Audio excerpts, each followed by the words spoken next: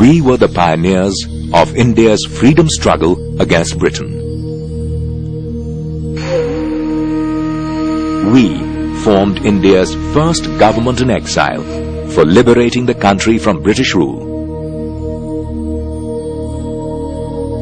We were the first to demand complete independence for India. We were the first to launch the non-cooperation and quit India movement. We were the first to confer the title of Mahatma on Gandhiji. We were the first to advocate Hindu-Muslim unity and justified it on the basis of Shariat and Hadith. We opposed the partition of the country and the creation of Pakistan. We are Jamiat Ulema-e-Hind, a symbol of India's unity in diversity.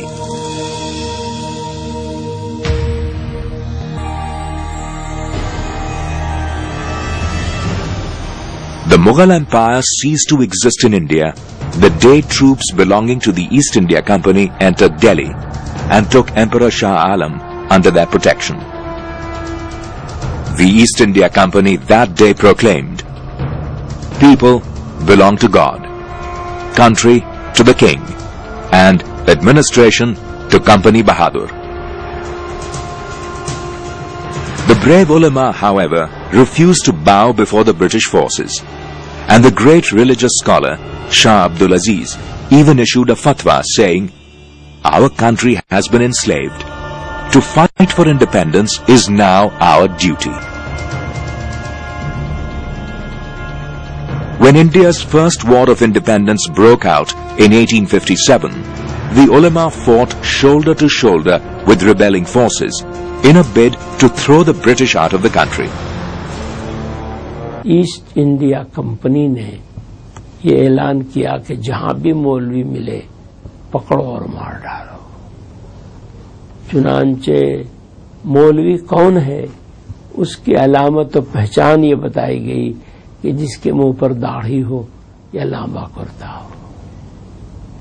50,000 से ज्यादा दाढ़ी कुर्ते वाले उसके बाद पूरे मुल्क में कत्ल किए गए। दिल्ली और उसके कुर्ब जवार में जहां उलमा का गढ़ हुआ करता था, बड़े बड़े उलमा पाए जाते थे और बड़े बड़े काम होते थे, उन इलाकों में ये पोजीशन हो गई थी कि लोग अपनी मैयत को लेकर गांव गांव घूमते थे कि शायद फला गांव में 12 उलमा थे, शायद कोई वहां मिल जाए। वहां पहुंचते तो कोई नहीं है।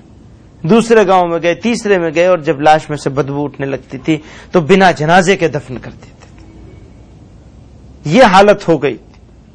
ऐसे वक्त में जो चंद उलमा बच गए थे, उन्होंने फैसला किया कि इस लड़ाई को अगर आगे बढ़ाना है तो हमें इस्लामिक एजुकेशन के इंस्टीट्यूशन कायम करने चाहिए।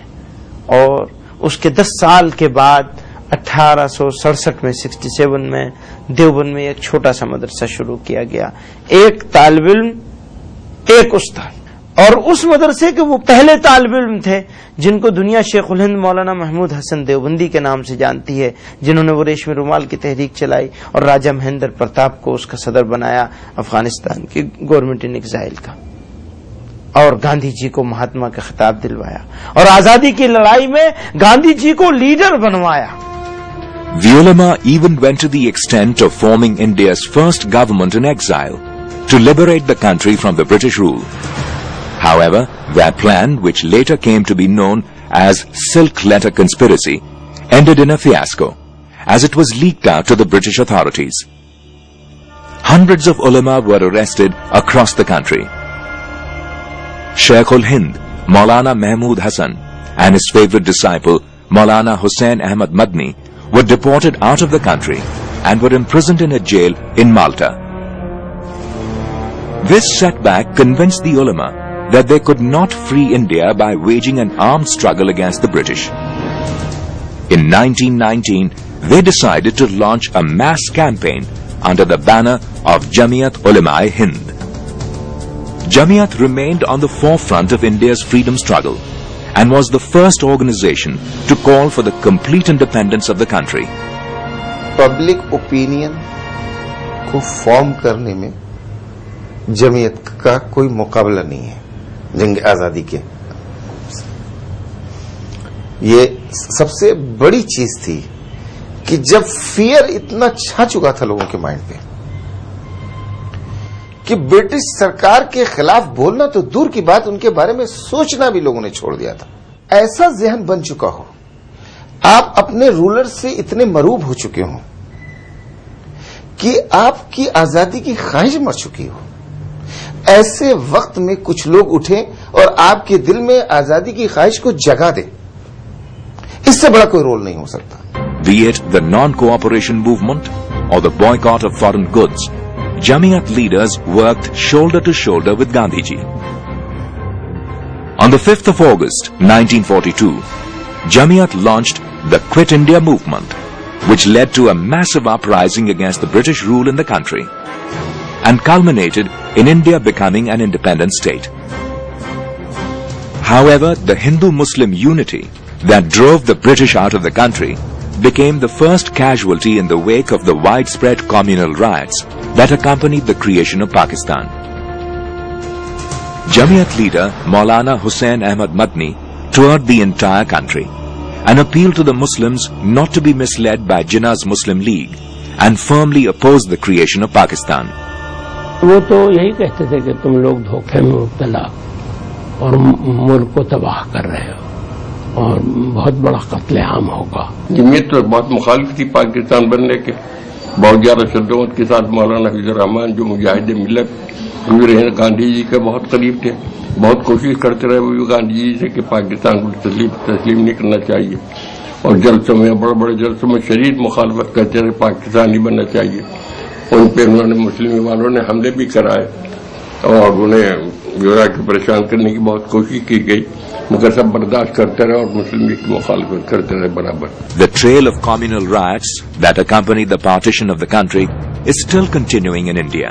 There have been over 30,000 incidents of riots since India got independence on the 15th of August 1947. Even official records reveal that 85% killed and property lost in riots were those of Muslims.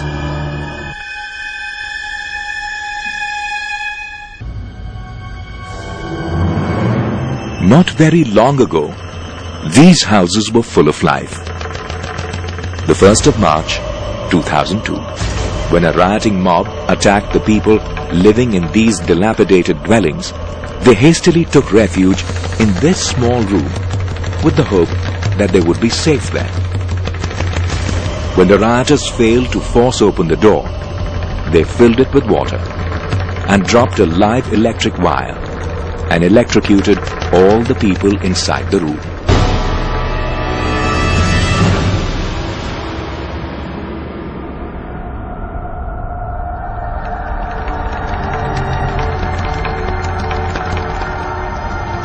"33 bodies were recovered in this narrow street when the police reached here the next morning.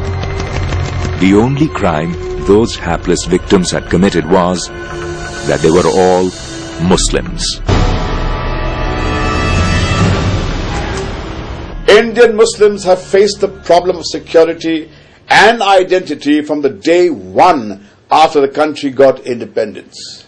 Even today, it's not literacy or development, but protection remains the most important issue for the Muslims in India.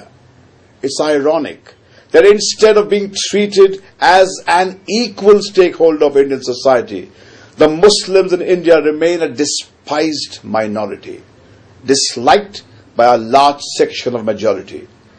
Instead of ensuring their safety and security, even the police and governments in India often become their worst enemies.